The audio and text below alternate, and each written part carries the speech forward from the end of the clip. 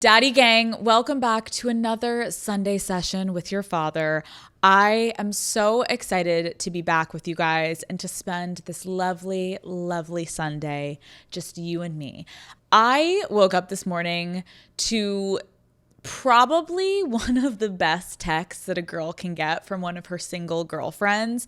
It was a screenshot of the conversation my friend was having with the guy that she recently started seeing. And she asked me, what should I say? Now, this type of shit is my Super Bowl. Like, in this moment, I'm fucking stretching. I'm warming up my thumbs. I'm asking for more screenshots. I'm like, send me more context. Send me all the things. Like, I'm setting up a game plan in this moment. This is the shit I fucking love. Like, do we want him to ask you out again, right? Like, I'm setting the scene of like, what do we want out of this, right? Like, do we want to start sexting in this moment? Do we need a one-liner to kind of put him in his place? Like, what exactly is our objective here? And all my friends know I fucking love this shit, so I'm always the person that they ask for this advice.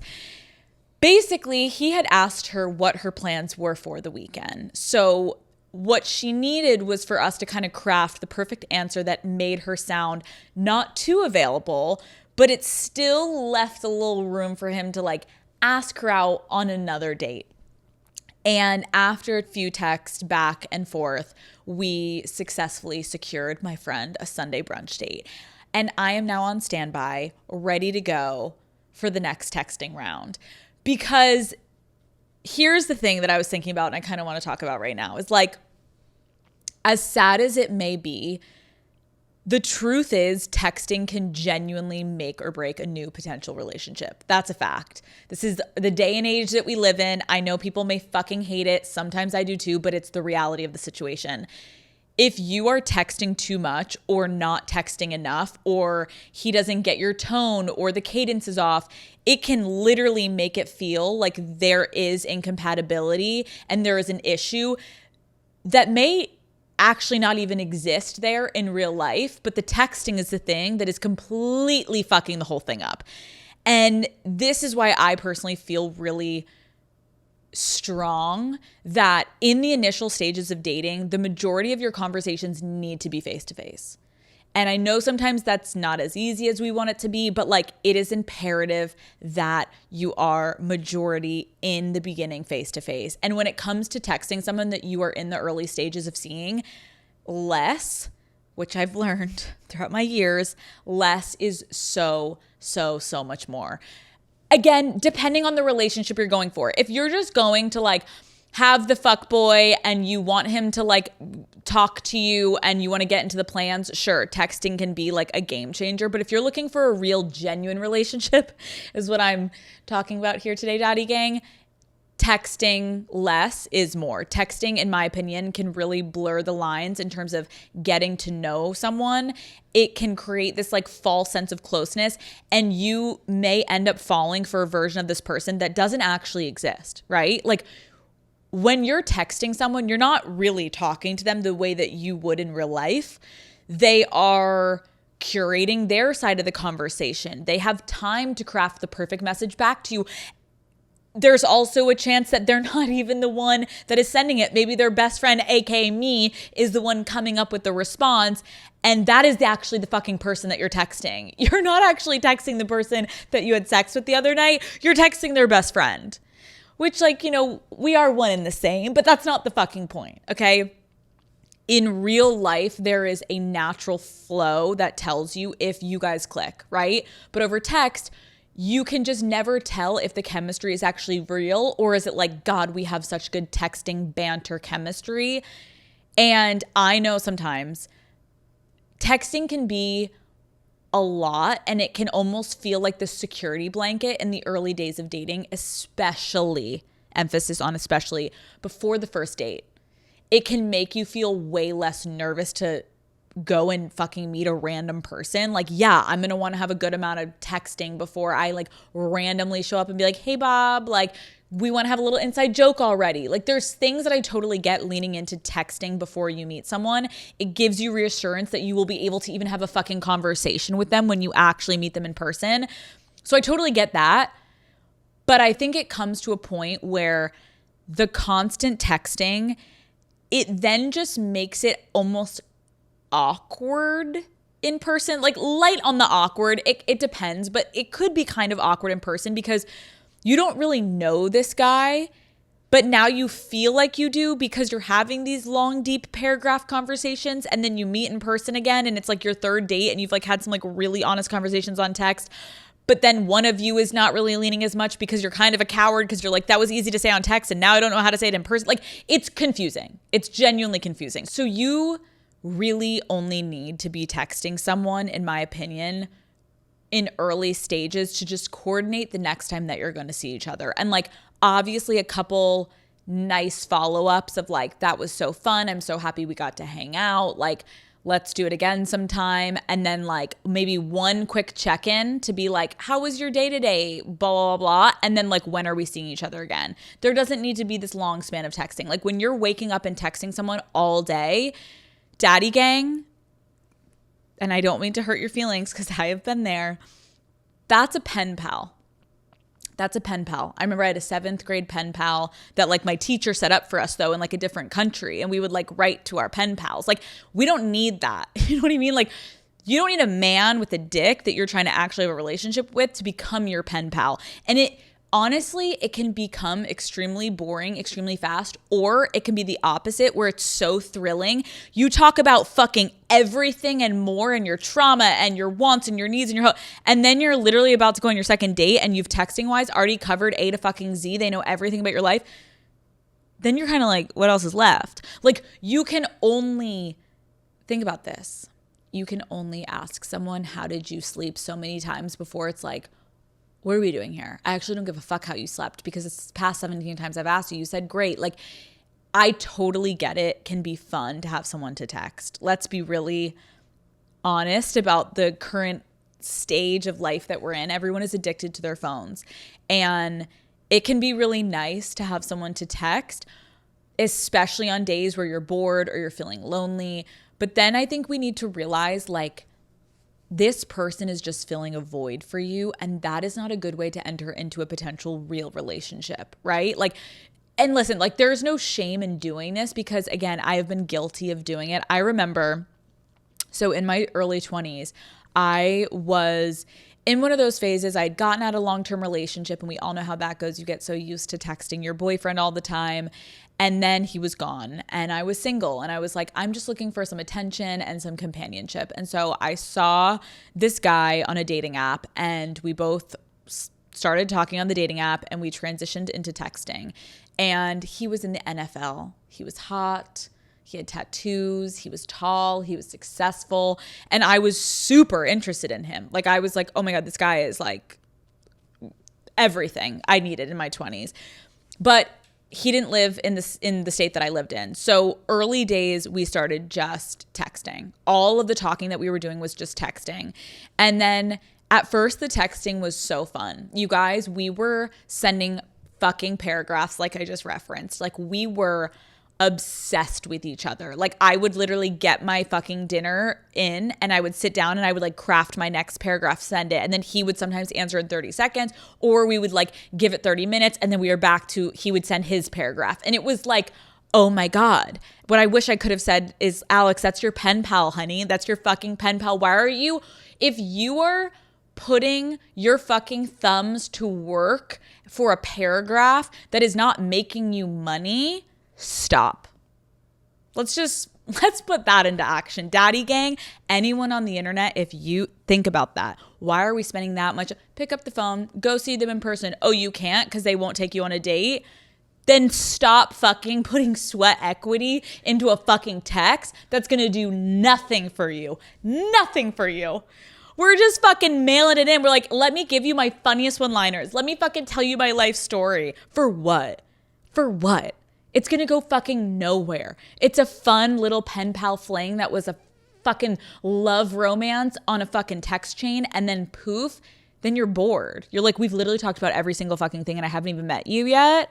Done. So obviously, you know where the story goes. The texting then got boring, but then we went on to voice notes. Voice notes, great, loving it. Then the voice notes got boring, okay? So then I tried sexting him naturally, the only thing you can do, where you're like, where do I pivot? Where do I pivot? Pussy. We started sexting, that got boring. Then we started FaceTime sex, but it was only FaceTime sex. We weren't like having FaceTimes and talking. It would be like we'd start sexting and then it'd be like, okay. And then we'd get on FaceTime sex and it would basically just be like, finish. And then like the phone would land in the pillow and then like, I don't know who ended up hanging up each time, but like we never talked much, okay? The point is, then it finally got to the point of like, okay, we need to plan to meet up, right? We got to meet up. And then we finally ended up meeting up in person and I realized why everything was getting boring and every part of it was getting stale and why I felt like I kept having to ramping shit up was because this man and I had zero fucking chemistry. He was not fucking interesting in my opinion. He was really fucking dumb. He was really dumb. And I was glamorizing this man across the country that played in the NFL and I was like, oh my God, you're stupid. Like, we cannot intellectually connect and that's fine. Like that's totally fine. But like, oh my God, how did I last almost 6 months? Mentally not well in the head, but like, how did I last that long? We had nothing to fucking talk about in person. Now I've wasted months of my life getting excited about him and thinking about where things could go when I could have been prioritizing someone actually in my city that I could have started dating and I actually could have clicked with in real fucking life. But the texting got so in my head because it was good because no one is that fucking real on text. Think about that. I started this whole fucking story at the beginning being like, my best friend fucking told me, what should I respond to this? What I should fucking say to her is like, what do you want to respond? But like, no, that's not fun. It's the part of the game, right? But when do you stop the game and transition to real? I also want to clarify, like, this isn't to say that relationships can't start out long distance and start out on text, right? Because you guys know Matt and I were long distance at first. But I think the key difference of why I look back of like, why did Matt and I work compared to me and that NFL guy, aside from like IQ, was Matt and I had like actual deep in-person conversations before we had to virtually try and get to know each other. We established our rhythm and got to know each other as real human beings. We had in-person dates. We were physically connecting and emotionally connecting in person. And I think that's honestly the reason why we were able to work out even with long distance. Also, I will say another point of why I guess it worked is that Matt and I were not texting all day every day when we were apart. We kind of saved talking about our days and catching up on things until we set time to have FaceTime calls at night. So like we would basically not talk all day. And then it basically left us room to miss each other throughout the day. And then we would get on FaceTime and talk for like an hour to two every single night. But I think when you're just nonstop texting, you get addicted to the rush of hearing your phone buzz. And it's hard to tell how you're actually feeling about the guy because it's this excitement of like, oh, I wonder what he said to me. It's almost just a mirror. You're really just kind of seeing like, was my text good enough to respond to? What is he going to say to my joke? How did he respond to it? Like, we're looking for validation in a really fucking weird way. And I think especially with social media, we've gotten so used to like, how many likes did I get? How many views did it get?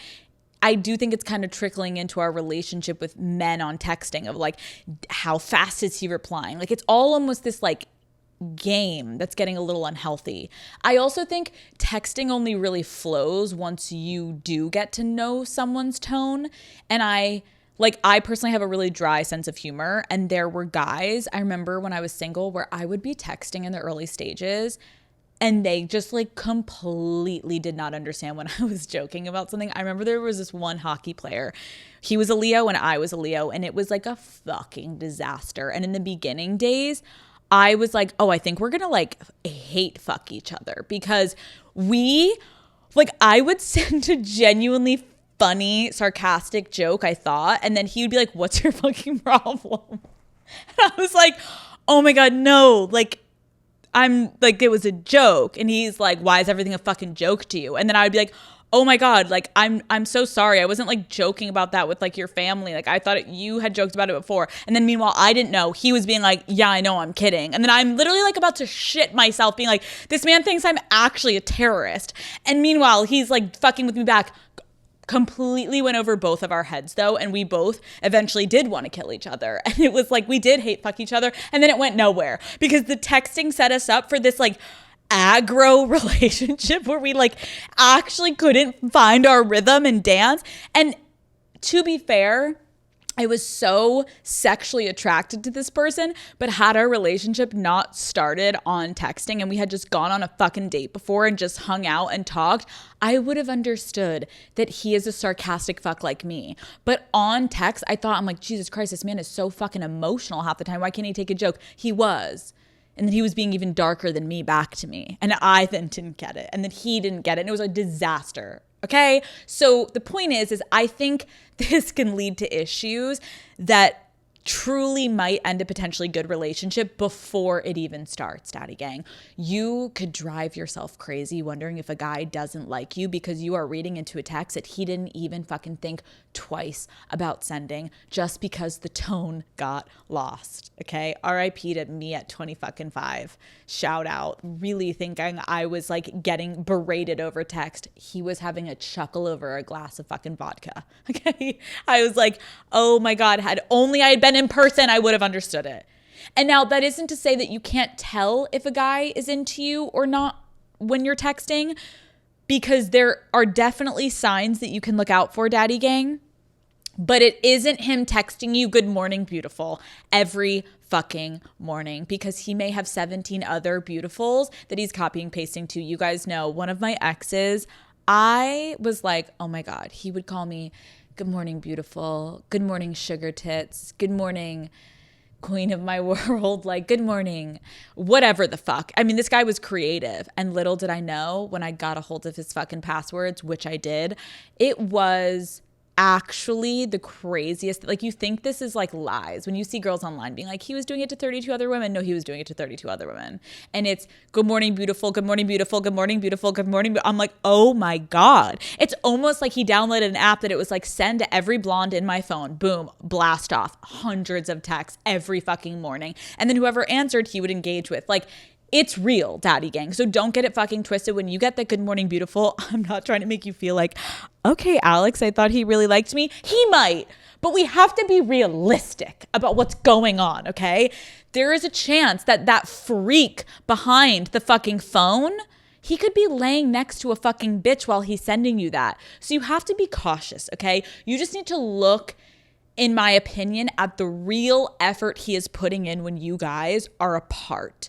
And it is not a good morning, beautiful. Does he check in when he knew you had a big day, right? It's not just on his time of like, what's up? Like, what are you up to? It's, oh, he remembered last week that I told him that I was going to see my grandma. We hadn't talked for 12 years and this was a make or break before she croaked. Like, that is the kind of shit that you need to be like, does he remember I'm on my way to see Nan? And like, what's going on with me and Nan? And he's like, hey, how'd you and Nan's convo go? And he's not just sending you a blanket, hey, how was your day? It's like, I don't know, Marty. What do you think happened to me this day? I told you 4 days ago what I was going to be doing. Does he remember the shit you tell him? Is he asking you questions when you're having conversations? Like, are you just lightly engaging in a pretty blank conversation you could be having with anyone? Or is it very specific where he's remembering things about you and asking you questions back to yourself? I know this sounds really, really, really fucking straightforward, but you guys, if you pause, like, trust me, there are so many men that I look back and I'm like, oh my God, he never asked me a really intimate question that pertained to me. He could have thought I was Alex from the club, not Alex from the bar. Like, he doesn't know which Alex I am in his phone. You know what I mean? Like, is he texting to set dates for your next date? Like, is he even asking to see you? Or is he just constantly being like, oh my God, I miss you. I can't, like, we need to see each other soon. But it's never legit. It's very just like, oh my God, I know, we got to get to it. Get to it. What are you doing tomorrow? Oh, I don't know. Non-committal, get him the fuck out the door. Like, that is the way a guy can show you over text that he likes you. Personalizing things, connecting with you, remembering shit. Okay? Because I don't care how many sweet things that he says or how many fucking dick pics to the ground he's sending. He is not that into you unless he's actively putting an effort again to see you, daddy gang, in fucking person. There is no such thing as a guy being just a bad texter, right? Like, I can say that Matt was a horrible fucking texter, but I never even said that because, my God, every 5 fucking minutes, the guy was like trying to FaceTime me. So I never even thought that he was a bad texter because of how engaged he was on phone calls and on FaceTimes.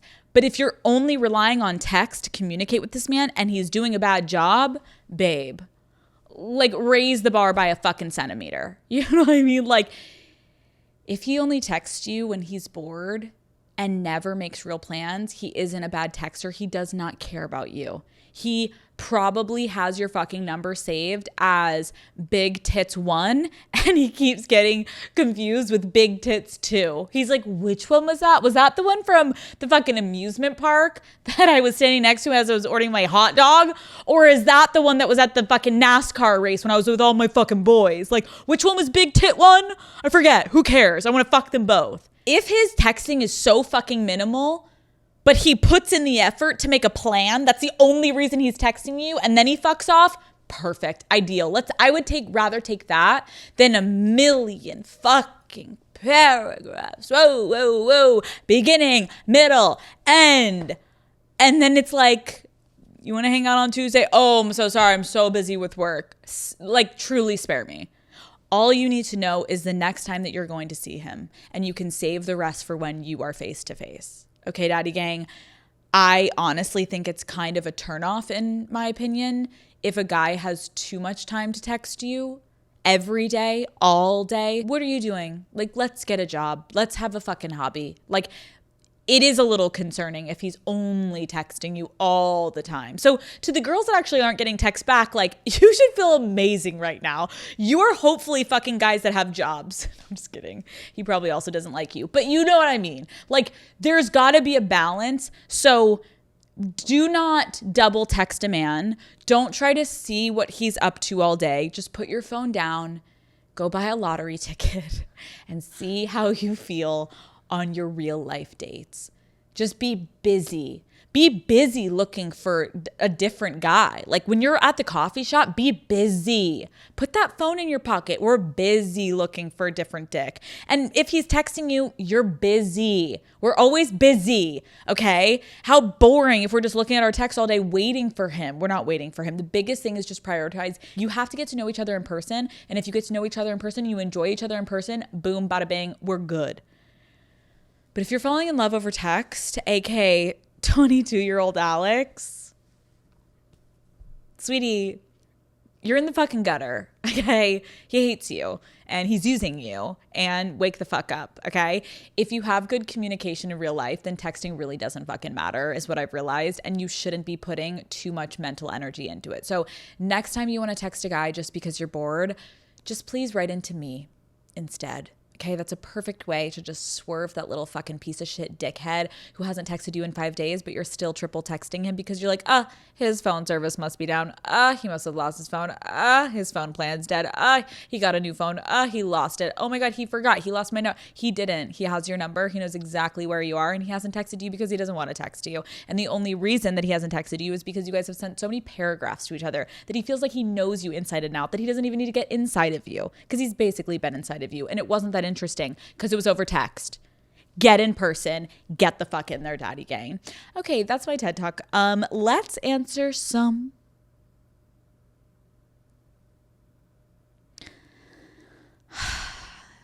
Let's answer some, yeah.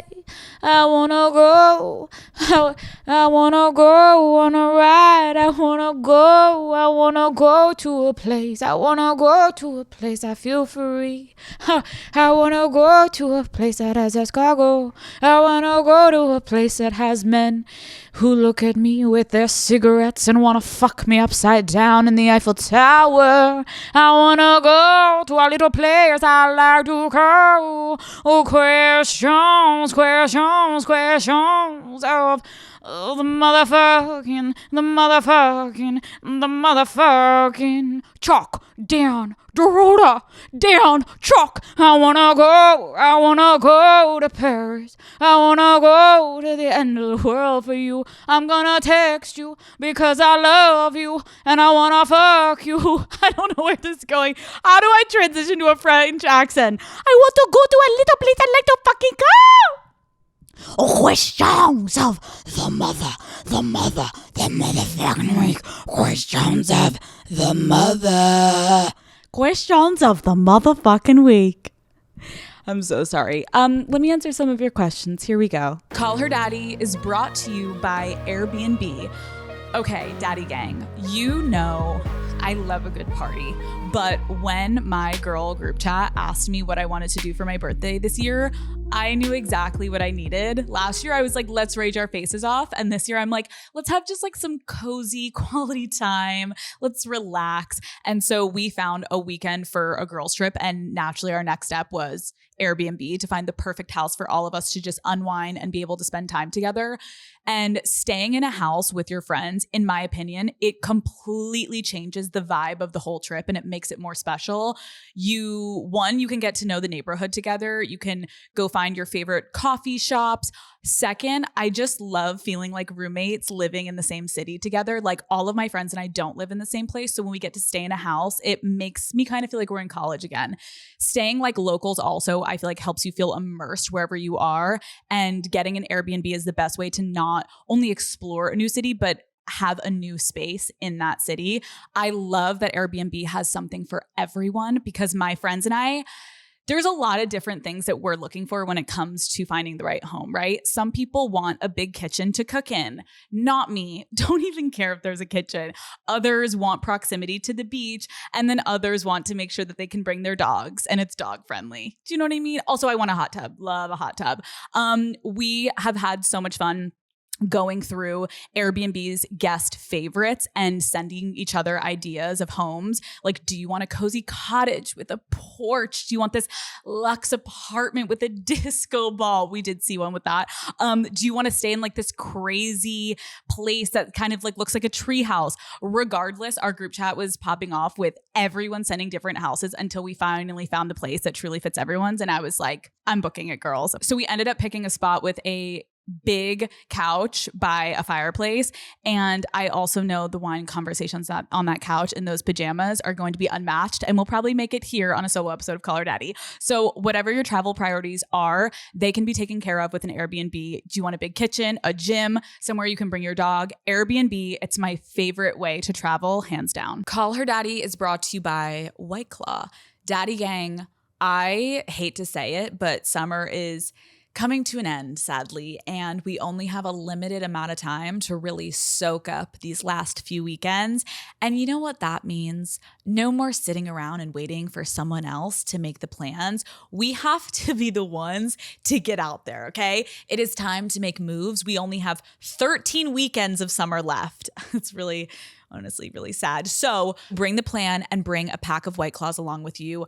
I recently planned a barbecue with some of my friends and my favorite White Claw variety pack is ready to go. The pack with peach, passion fruit, watermelon, and lemon. It's like a little summer flavor roulette, right? Every time you reach one, you put your hand in the box, you're like, ooh, what am I going to get now? Boom, I got a watermelon. I love them all, but I'm personally obsessed with the watermelon flavor. I can't stop drinking it. She's fresh, she's juicy, she's kind of carefree, you know, which is the vibe that I'm going for all summer. I'm just so relaxed. Nothing can bother me. Nothing can faze me.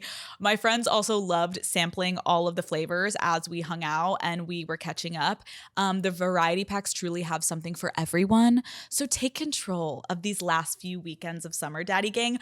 Don't wait for the invite. Be the invite and be the person that brings the White Claws with you. Pick up a pack of White Claw from your favorite local spot and grab Life by the Claw with your favorite flavor this summer. Please drink responsibly. Hard seltzer with flavors. White Claw Seltzer works, Chicago, Illinois. Question 1. Hi, Alex. I cheated on my ex during a year abroad. I know it was wrong, but we weren't right for each other and I was young and immature. Now I've been with my current boyfriend for almost 4 years. He knows everything about me except this. I'm not sure if I should tell him. Part of me feels like I want to be fully honest, but I'm worried about how this might affect us. What do you think I should do? Whoa. Okay. you should absolutely not tell him. Like, not because I'm encouraging secrecy within a relationship. I just feel like here's why you would tell him is if you just started dating this man, you guys are getting serious and you're getting to the point in your relationship, as most relationships should, which I encourage everyone to do, is you start talking about your past, because when you are about to take the next step in a relationship and get more serious, you want to understand who someone has been with and what were things that hurt them and things that worked for them and things that they never want to repeat or whatever. And if your boyfriend at the time was like, have you ever cheated? That would have been the right time to be like, yes, and I regret it so much and blah, blah, blah, blah, and tell the story. But babe, you're 4 years into dating this man. From what you've written, he hasn't brought this up. He hasn't asked you. So my fear for you is you are having this level of guilt for whatever reason this is coming back up for you. And you're almost feeling like you need to tell him for whatever that guilt is bringing up. My problem with that is like, put yourself in his shoes.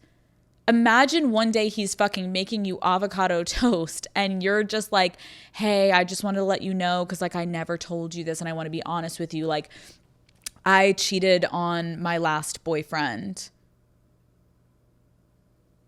He'd be like trying to like finish spreading the avocado and he's like, okay. And it's like, well, I just want to be honest with you because I know like I never told you that I had cheated before. Where is this man's head gonna go? 4 years into a relationship, you know where my head would go is, okay, so do you want to finish the sentence? Are you saying you cheated on me? Do you know what I mean? Like, I think sometimes the guilt that we have, and listen, sometimes guilt can come in such weird ways and we can have random things that trigger memories of like, I have it sometimes of like past relationships where I'm like, why did I do that again? That has nothing to do with Matt. That has everything to do with something that I did individually before I met him. And that's for me to take to my therapist if I'm having a weird day. Now, if it's actively impacting my relationship with Matt because of something, sure, you can tell him, but I don't know how cheating would actively impact the way you're treating this guy.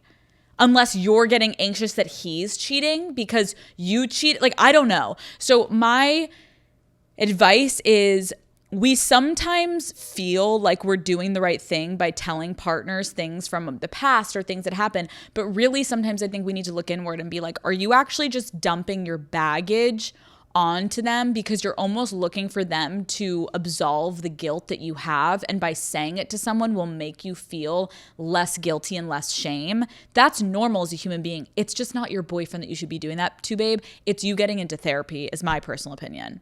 Big picture is, to everyone listening, before you approach a partner with anything, try to put yourself in their shoes, especially when you're the one coming forward with negative information.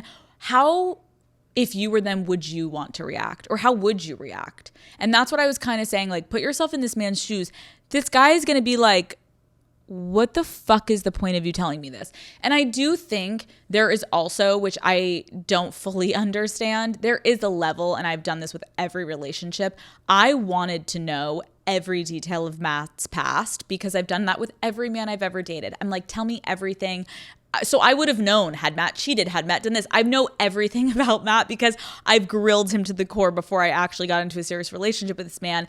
And he kind of like wanted to know about my past, but not as much as I wanted to know about his. The time to have told him this was in the beginning stage when it was appropriate to give him that information. It is no longer appropriate to give him that information. So, case closed. Okay, next question. Hey, Alex, I'm in a weird situation. My best friend offered to watch my dog while I was out of town. She lives out of state, so I bought her a flight for her to come stay at my beach house for the week. 2 days into her stay, she texted me that her brand new boyfriend was able to get off work and fly down to stay with her at my place. I had never met this man, and she never asked if this was okay. I later found out via my Ring camera that they left my front door unlocked the whole weekend, probably because there was only one key for the two of them. I live in a popular beach town, so this is not okay. I'm so mad, but I don't know how to approach this with her, especially since she was technically doing me a favor staying there. Wow. Okay.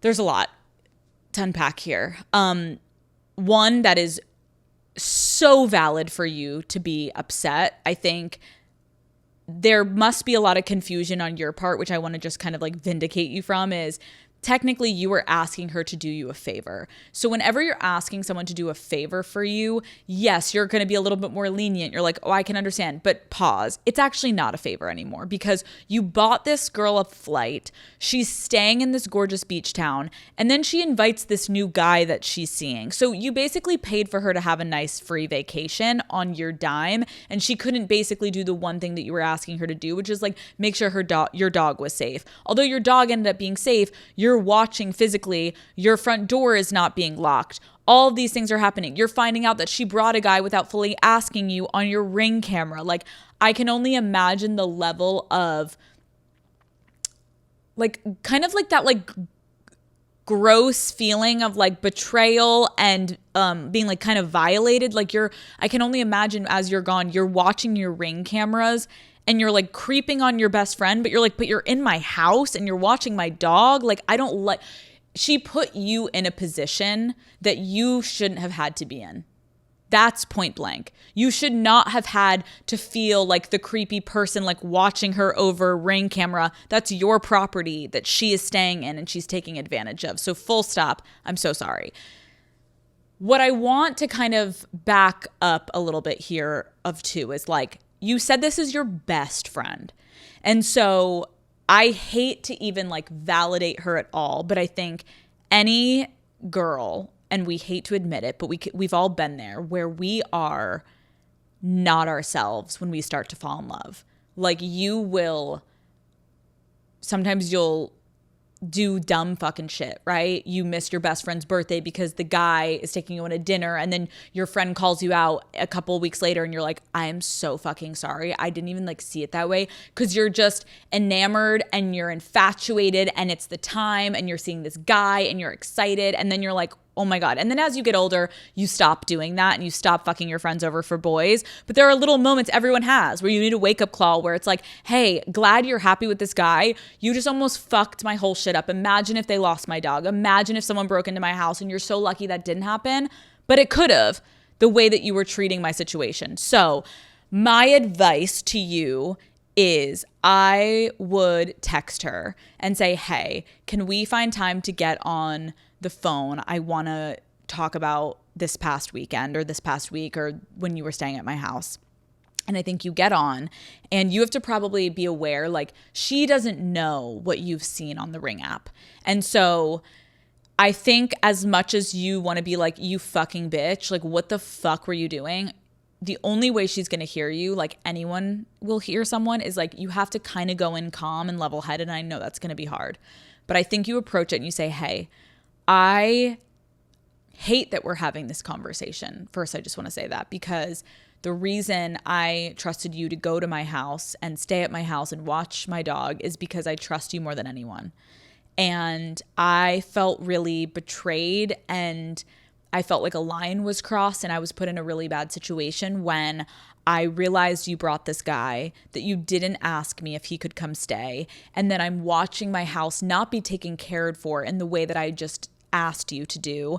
And I will be honest, I sat there stressed the whole weekend, making sure that my dog wasn't running out because the door is not locked and you're having this like gallivanting fun weekend. But that's not what I asked you to do. And I felt like I was getting taken advantage of, honestly. And I just wanted to give you the chance to kind of like walk me through what happened that weekend, because I'm going to be real. I feel really fucking shitty and like really grossed out about the whole thing. And I can't stop thinking about it. And then you give her the floor. A good friend, what you hope will happen is she is like, I literally am like, I want to throw up right now. I'm so fucking embarrassed and I'm so sorry. I don't know what came over me. I think I thought I could do both. I was like, I'm just going to be sitting here. There's no harm. Like, I like this guy. It will be a perfect time to just like have a fun thing and we can play house together, whatever it be. But if she gets on the phone with you and she is trying to be at all, not even defensive, but like defiant of like, first of all, that's fucking weird that you were watching me. I locked your house. I don't know what you're talking about, whatever it be. Even if she did lock your front door, the way that a friend would actually go about it after having done this to you would be like, I want you to know, because I can imagine on the Ring app, it was confusing. I want you to know every single day that door was locked. I was watching her like a hawk, and I apologize I brought someone in, but I promise you my number one priority was your dog. Like, you know what I mean? It's like everything in life, especially when it comes to friendships as you get older, it is all about being genuinely kind in the and caring and thoughtful in the way you're communicating back to someone. Everyone is coming from their own perspective. Maybe this girl had not had a vacation and couldn't afford it in literally years, and she got so ahead of herself, and when she got to the beach town and she's looking around and she's so excited, and she knows in her core, she's like, I've got this. Of course I've got the dog in the house. This is easy work. Will be so fun to invite him. I'm not saying she's right. I'm just saying, think about it from her perspective. So, but again, I'm really sorry. And I think this is where like blurring friends and asking favors and all that stuff, it's fucking hard, you guys, because as we all get older, and even when you're younger, we all have our level of what we will show up as a friend. And unfortunately, I think life, a lot of it is about finding out that a lot of friends won't meet you where you would go for them. And so it's disorienting, it's disheartening, it's heartbreaking sometimes, but you will probably never ask this person to do that again for you. But now you need to see how she treats you for the next few weeks after you have this conversation. But you need to have the conversation. Always have the conversation, Daddy Gang, even as awkward and difficult and uncomfortable as it is. If you don't have the conversation, you will sit and you will ruminate on it and you will resent the person, and there's no way forward in any relationship unless you have the conversation. So I love you, and fuck, I'm sorry. That one sucks. I would fucking kill someone if they did that with Henry and Bruce. I'd be like, we're done. No. I'm like, yeah, take my advice. Be so mature. Meanwhile, I'm like, done, bitch. I fucking hate you. No, but I get it. I don't fuck around with my dogs. Okay, next question. In our hectic, fast-paced lives, we could use some slowing down. Haagen-Dazs is made to be savored and enjoyed slowly. Introducing new Haagen-Dazs Belgian waffle cones, a completely new experience that's worth slowing down for. Daddy Gang, you've never had cones like this before, okay? They'll take crunch to a whole new level. Each crispy waffle cone is filled with the velvety smooth ice cream that Haagen-Dazs is known and loved for. Then it's finished with delicious toppings and a decadent bite of sauce waiting for you at the bottom of the cone, okay? Haagen-Dazs Belgian waffle cones come in 4 delicious flavors: vanilla salted caramel, summer berry, triple chocolate fudge, and toasted almond fudge. Boom. Sign me up. You guys know that I have the most hectic days at the office. So when I get home, I love to grab a little treat, toss my phone away, and take a minute to myself. These cones are a must-have in my freezer. I'm obsessed with the summer berry flavor. It's fruity and it's sweet. And seriously, it always hits the spot. It's the perfect way to end a long, stressful day. Ice cream just always hits the spot for me, and these Haagen-Dazs cones are truly the perfect treat. Savor your moment of slow with new Haagen-Dazs Belgian waffle cones, available at retailers nationwide. Father Cooper, help. I have been with my boyfriend for a year and a half. He's my best friend and hasn't done anything wrong, but something feels off. I've been craving time alone to be young, single, and figure myself out. I want to break up, but I don't know how to end it when he hasn't done anything bad. What should I say to him? Okay, first of all, I want to give you full props for even being able to acknowledge this and own this, because I think it is so hard to end a relationship when something catastrophic doesn't happen. Like, I think a lot of times, especially I think as women, we feel this guilt of like, but he didn't cheat, but he hasn't done anything wrong. And so sometimes as women, the safe option and the comfortable option seems like, why wouldn't we stay with that? And then you kind of manipulate yourself into believing like, wow, am I being ungrateful? Like, I'm never going to find better. Like, maybe this is the best that I could ever find. And like, maybe I should just, and we don't say settle in our heads, but we say every other word but settle. And it's like, maybe I should just stick with this and ride this through, and it will all make sense at some point. And it's like, if something doesn't feel right to you in a relationship and you are in your early 20s, like, oh my God. Oh my God. You guys, I am 30. And I literally feel like I've lived 15 decades since my relationship when I was 22, when I was 25, I am a different person since those years. And I've grown so much, and I wouldn't have grown if I was with them. So like, your inclination is right. If you know you are not happy, if you know this is not the right person for you right now, then you need to end the relationship. Now, how do you end the relationship? That is like always the hardest fucking part, because realizing it within yourself, it takes 5 fucking seconds, but actually getting the courage to do it, it can take some time. So let's basically walk through how you're going to do it, because you basically need to do the like, it's me, not you thing, but you need to do it in a way that is very straightforward and not complicated and not confusing to this person. And that is a dance and a literal skill in itself. So step 1, you are going to text your boyfriend and you're going to be like, hey, I have something I want to talk to you about, and I'm hoping that we could have like a serious conversation. Could you come over later tonight around like 7? He's immediately going to probably spiral and be like, what is going on? Like, are you breaking up with me? Like, what is happening? And be like, I know this text is like probably like really overwhelming, but like, let's just talk in person. Like, I don't want to go back and forth on text. Like, I really want to have an honest conversation, but do it in person. Once you get him and he comes in, immediately, most men, I feel like every time I've done this with my friends, they're always like, are you breaking up with me? Are you breaking up with me? And you're going to be like, yes, but I need, like, please let me explain myself right now. And what you need to say to him off the bat is, I want you to know that I care so much about you, but I have had this feeling and it has been back and forth, and I didn't know what it was for a while, because what you don't want is they always will hold it over your head. Wow, how long have you been thinking about this? Wow, you've thought about this for a year. Like, you want to be very vague on your timeline and just be like, I've had this feeling and I couldn't really locate what it was, and now it's become very clear to me that I am not in this. I'm not in this relationship in the way that I want to be, and that you deserve to have someone to be in a relationship with you more. And the more that I've thought about it, I've realized I'm not ready for a serious relationship that is like, this is my last relationship leading to marriage. Like, I need to learn more about myself. I need to be on my own. I need to be single. I need to explore. Like, I feel like this is not right for me anymore. And you are so amazing. You've been so amazing. And I hate to say this, but like, I just know it's not you.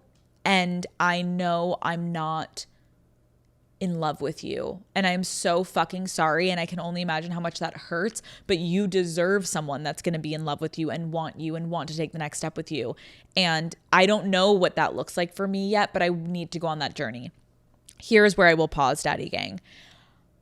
What I want for everyone knowing when you're entering into breaking up with someone is, you cannot leave the door open in the fucking slightest. And sometimes that means making very uncomfortable, definitive statements. They're not mean statements, but they are very clear, definitive statements. AKA, I am not in love with you. What the fuck is someone going to say to that? And I know, even saying it on this podcast, like getting it out, like being like, I'm not in love with you, it's uncomfortable. It's awkward. Sometimes your knee-jerk reaction is to be like, I love you and I care so much about you. No. Imagine you're on the other end of it. How fucking confusing, and what a mind fuck for someone that you've been in love with and you're in a relationship is like, I love you. I care about you. Fuck off. Then why weren't we going to be together? So you owe it to the person sitting across from you, if this is an amicable break and they've done nothing bad and it's just you knowing in your heart it's not them, you really owe it to them to not blur the lines, and you owe it to them to be so upfront. As uncomfortable and hurtful as it is, they will be able to then go to bed at night with that in their head of like, but she did say she's not in love with me. Right? Like, where do you go from there? If someone says, you're not my person, I'm not in love with you. I don't feel we're compatible. Literally those three to the core, you can't come back from that. So I think that's where you have to push yourself. And then my last note when you do this is this person, especially when they didn't do anything bad, most of the times they're going to be in shock, right? They're going to be like crying. They're going to be angry. They're going to be, something is going to happen. And my biggest advice once you hit them with those hard truths is you have to, for a little bit, reiterate the same exact statement, not in a condescending way, but just in a really like, no, this is all I can give you, and I'm not willing. Do not get into the weeds. When you are in a breakup, do not get into the fucking weeds of the details of why things didn't work. It doesn't fucking matter. You're out. Give them enough so they feel like I got some answer, but you don't need to get into the weeds of your relationship, and then you need to leave. And leaving is the hardest part. I've had so many friends, and I've done it myself, where it's like, how was a breakup conversation 3 hours? That can almost be like a closure conversation that comes weeks later if you're going to pick up stuff and you both are like, we know it's over, but hey, just for my soul, like, could I get some answers? Fine. But the initial conversation, you need to keep it fucking tight, daddy gang, because what happens is you will start to lose the plot. And as someone you actually do care about is crying in front of you, you are going to inevitably say things to try to comfort them that is going to warp your initial message. Not that you're trying to give them mixed messages. It's just you can't help yourself. And then you're going to fuck yourself and do not fucking have sex with them in that moment. Maybe in the closure conversation, you can have fucking break up sex with them and be like, one more time and we're done. But you cannot, when you're telling them I don't love you anymore, one and done. And I know some people are going to be like, what do you mean don't ever encourage breakup sex? Well, I've had so many fucking friends do it and it actually worked because they had the initial conversation. Then you go back a month later if you need to get stuff, or a couple weeks later, done. So I know this is hard for you, but you can't stay in something that is not making you happy. And you can't also lie to the person that you're going to sleep with every single night, telling them you love them. You can't lie to that person because guess what? It's their life too. It's their life, and they also deserve to find someone that's madly in love with them. So yes, you are having doubts. Act on it immediately and end it, because I wouldn't want to be with someone that's having active doubts about me at all times and just feels bad for me, so they're going to stay. Can you imagine being on the other end of that? You guys, no one in the daddy gang should ever want to be with someone as like a pity. Oh, I feel so bad for her. She was going through a hard time. No matter what it is, whether you had a bad time because you had family shit going on, trauma go on, none of it. You should not stay with someone because you feel bad for them. Point blank, end, period. I will go toe to toe with anyone that wants to argue me of why you should stay with someone because you feel bad for them. No, we aren't fucking doing it. Because guess what? They deserve better. They want to be with someone that loves them, doesn't feel bad for them. And they can find that too. Have a little bit more respect for them. So I love you, daddy. I know it's really hard to end relationships, but what's also weird is everyone that's ever done it, then you like look back and you're like, yeah, that was fucking shitty and that was so awkward. And now I'm happier than ever. And that's what sucks. It's like once you get out of it, then you're like, oh, fuck. I should have done that a little bit earlier. Okay, daddy gang, I love you so much. I am so happy that Sundays are back. Make sure you guys always write into me on the website or DM me your questions, and I will try to get to all of them as fast as I can. And you guys know the drill. I will see you fuckers on Wednesday. Goodbye.